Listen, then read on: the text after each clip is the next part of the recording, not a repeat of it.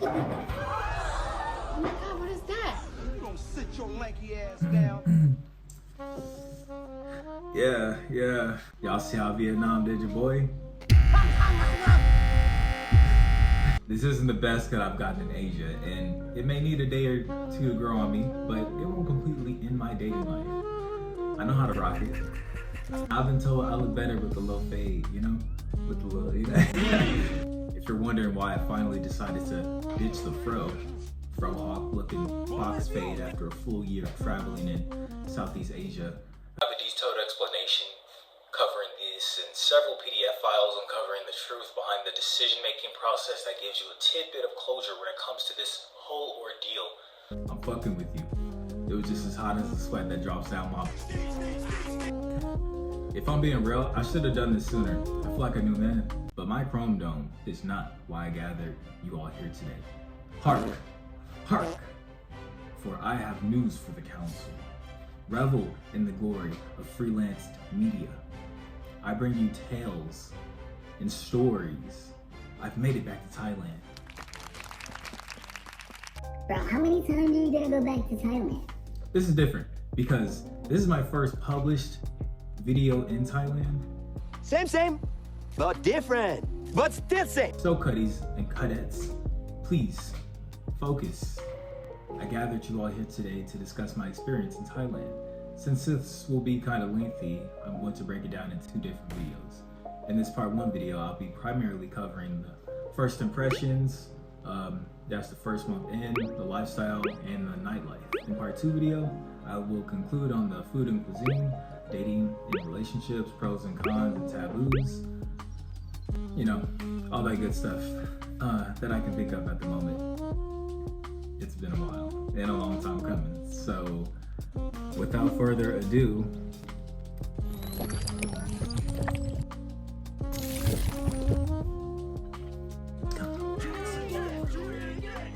you know how it is. Stop being so thirsty, Golden. God. Hydration. Cheers, mate. Without further ado, I'll stop distracting myself and get this party started. First impressions. First month in. When I first landed in Thailand after my 27-hour flight, my biggest worry was my access to the internet, the language barrier, and my safety, of course. I have been outside the country before, but damn near everything was coordinated and planned by the US Air Force. So orchestrating a solo trip to Asia was a little intimidating, but I knew I could do it. And once I landed, the culture shock of going from everyone speaking English words on the signs, directions, and billboards, English sounds and mannerisms, to me not comprehending anything was like a slap in the face. Thankfully, Thailand has many bilingual citizens who either speak fluent English or just know the basics, which is quite good for tourism and business. While I was playing Pictionary, they were mustering up coherent words, so kudos to them. So I was hard carried from the airport down to Krabi. My slow Google Translate was trying its best to keep up with broken conversations in passing, but it wasn't amounting to much. But thank God for my prearranged transport from the airport to Krabi. My driver got me from HKT to Krabi in no time. And yes, if you've been to Thailand before, I know there's an airport closer to Krabi, but it was my first time. Got me some slack, yeah. And now I know. Also, I got to see some beautiful beachy countryside, just as I inadvertently planned. You are so full of it. All according to plan. Yeah. Okay, so I get to honor Muay Thai, my gym, hotel, hostel for the next month, and I get my shit rocked for a day or 12 as I learn Muay Thai with some real ones. Awesome. I was expecting to be training alongside more Thai students, but the Thai were mainly the teachers, understandably so. The students there were low-key just like me. To be honest, we were all an assortment of ages and nationalities and personalities with different accents as a cherry on top. Birds of a feather. I don't know what I was expecting, but it was more than I was satisfied with. It was great. Many of my friends spoke really good English as well. Conversations were slow but understandable. All those accents under one training facility where it was kind of a mental cesspool for the first couple of days, but we all lived, you know?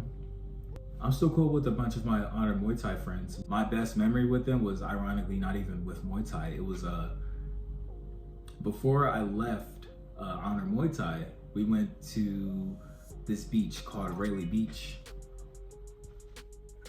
And we took a little boat there and we got high on shrooms, but by the time my shrooms finally kicked in, we were floating on the water while a rainstorm had started. So that was insane. It was my first time taking any kind of psychedelic like that. It felt like how Nirvana is described. Like, let me paint the picture. Okay, tropical beach, covered by thick rain clouds, still beautiful, with island hills surrounding us. Heavy rain, and every time a raindrop fell in my vision, the mountain in the distance would melt too.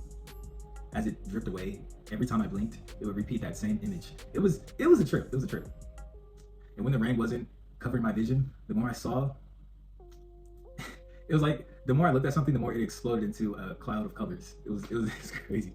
Hopefully I'm like giving you a clear vision of what I mean, it was psychedelic, you know? I can't paint the most accurate, best picture, but I mean, I'm trying to discuss like what I saw. It was amazing. That's, you know, bottom line. If you take anything away from this little quick experience, it was phenomenal and amazing. I liked it. Especially when I would look at the mountains, it looked like snakes were like wriggling down the hills, the mountain hills that were surrounding us.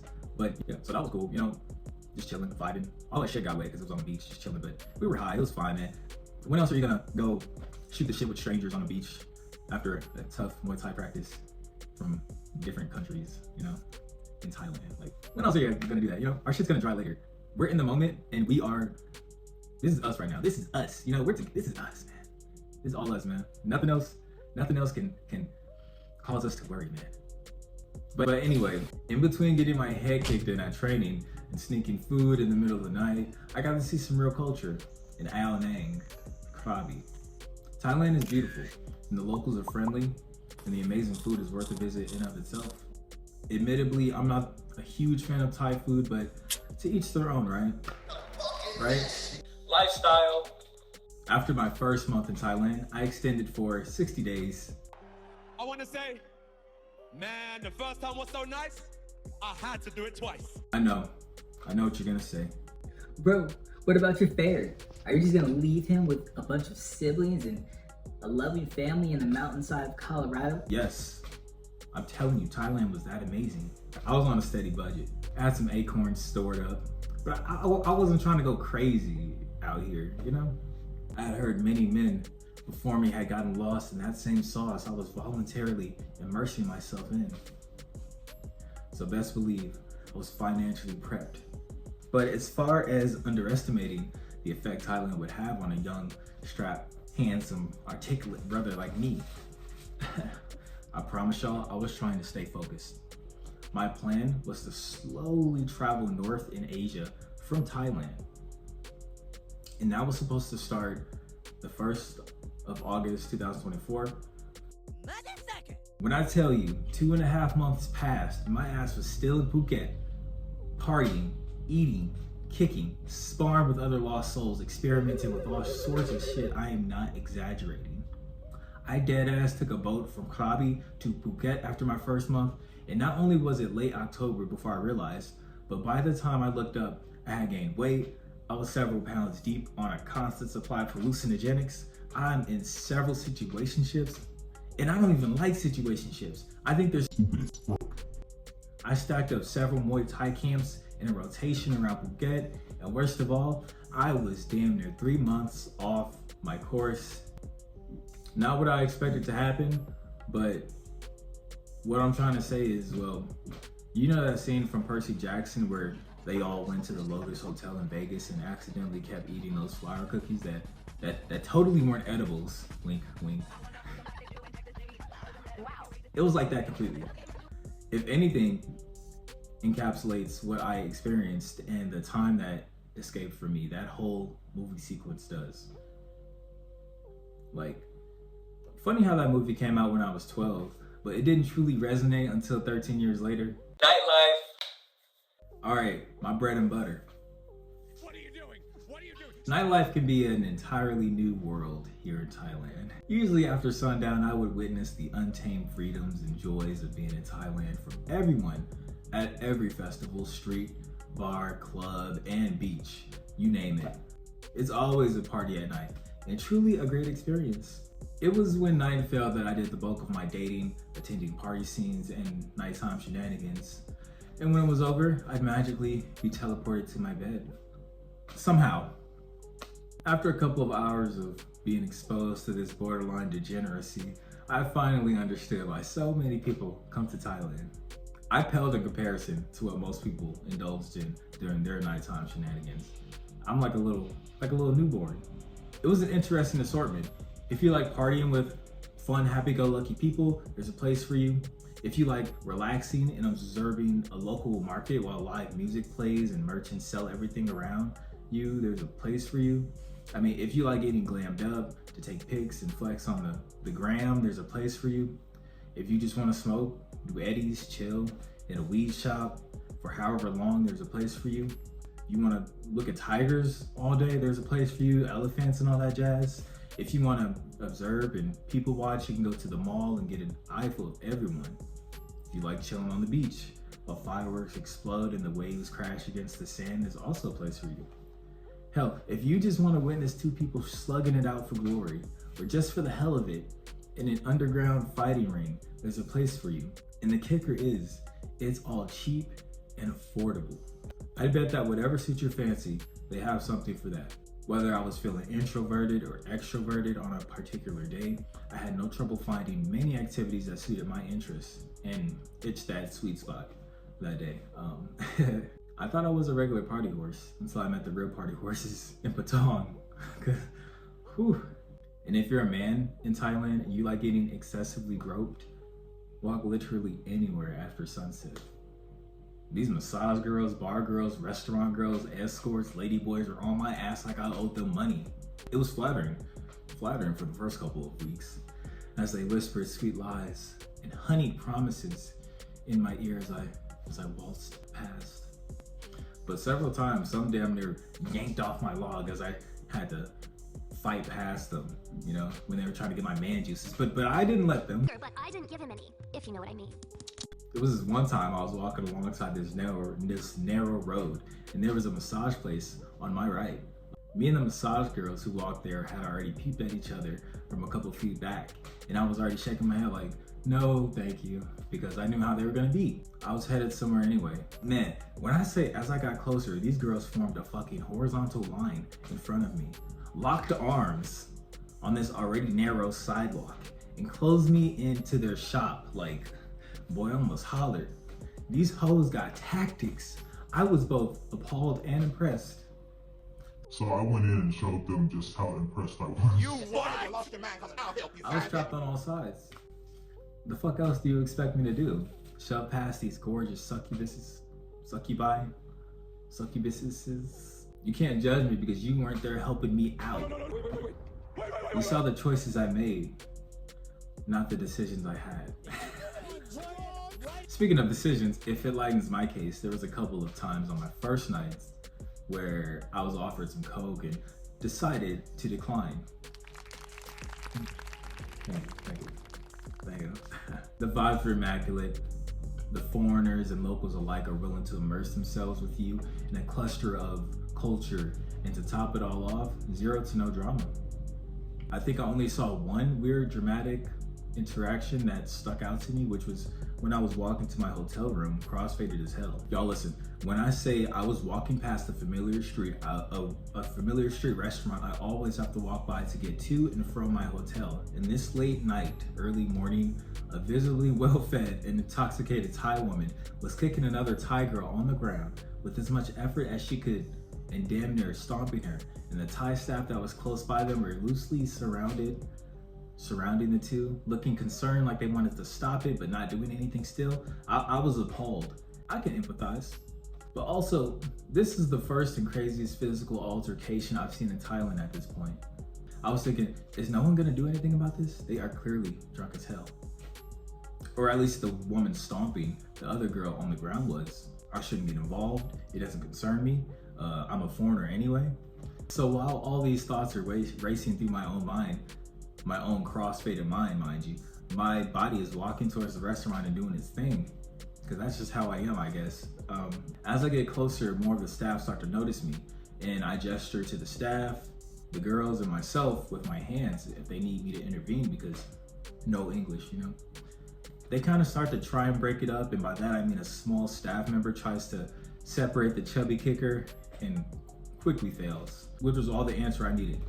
So I easily broke the woman away from the poor girl on the ground, but I do it very gently, because at the end of the day, I don't know their previous situation before I stumbled across them, and I know how to mind my business, but this just seemed it just seemed so wrong and so one-sided. Like I felt something would have died in my spirit if I didn't help.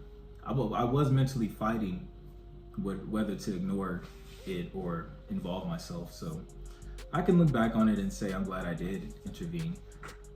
But all I did was put myself between them. So I separate them. The drunk girl started spouting things in Thai at me, and the girl, while trying to get past me, I was using the softest voice I could to try and de-escalate and put my hands in a defensive posture, like, hey, relax. Then once she noticed she wasn't getting past me, she started, and I shit you not, twisting one of my nipples. I'm talking, if I weren't trying to calm her down, I would have laughed so hard. But I can't help that I'm a funny freak, so I naturally started grinning because I thought, oh my God, wouldn't it be funny if I got bricked right now? It didn't hurt, but it also wasn't soft enough for me to consider it foreplay. After she started doing that, I gestured to the young staff who I was starting to think was a little fucking useless at this point. I gestured for them to call help or some shit, because not only was this ruining my buzz, but I didn't want to get more involved than I had to. This is their problem after all. A foreigner shouldn't have to get involved for them to step into action. Let's be honest. Momentarily after the nipple twisting started, I wrapped one arm around the woman and picked her up away from me, so she'd stop twisting my pepperonis and going for the other girl who was being helped by the staff. I was like, they finally started to help, fucking finally, you know?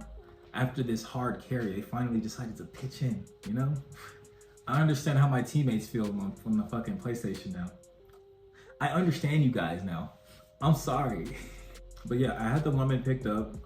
She was surprisingly light considering the optics.